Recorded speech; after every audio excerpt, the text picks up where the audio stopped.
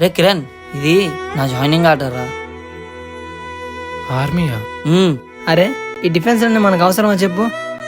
ఆపరేషన్లని అటాక్లని ప్రాణాలు పోగొట్టుకొని. అవును నందన్, చిన్నప్పటి నుంచి కలిసి తిరిగాం, కలిసి పెరిగాం. ఇప్పుడు నువ్వు సడన్గా బార్డర్ అది ఇది అంటే నీకేదైనా జరిగితే? అరే నేను వెళ్తుంది ఎన్డీఏకిరా, బిఎస్ఎఫ్ కాదు. ఏదైనా డిఫెన్సే కదా, పరిగెట్టడం పోరాడడం. అసలు ఏం తెలుసురా నీకు డిఫెన్స్ కోసం? పరిగెట్టడం, ప్రాణాలు పోవడం ఇది కదరా డిఫెన్స్ అంటే. రేపంటూ నీకేమేం జరిగితే నీ ప్రాణం కోసం నువ్వు పరిగెడతావేమో, అదే ఒక సైనికుడు తన ప్రాణాలు కూడా లెక్క చేయకుండా దేశం కోసం పరిగెడతాడు.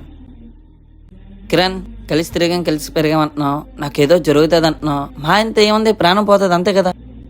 ఇక్కడ చనిపోతే మరణం, అదే యుద్ధంలో చనిపోతే వీర మరణం. మన జవానులు రొమ్ము విరిచి కంచి ముందు గస్తీ కాస్తున్నారు ఈ దేశం కోసం. నేను ఇంకా అకాడమీలోనే జాయిన్ అయ్యాను, కానీ రేపన్న రోజు నా ప్రాణం పోయే రోజు కానీ వస్తే దేశం కోసం చేస్తాను.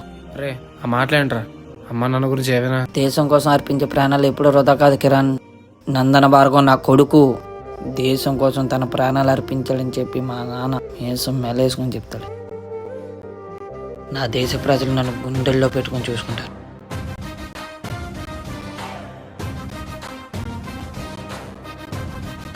Batch number 72892, regiment number 7.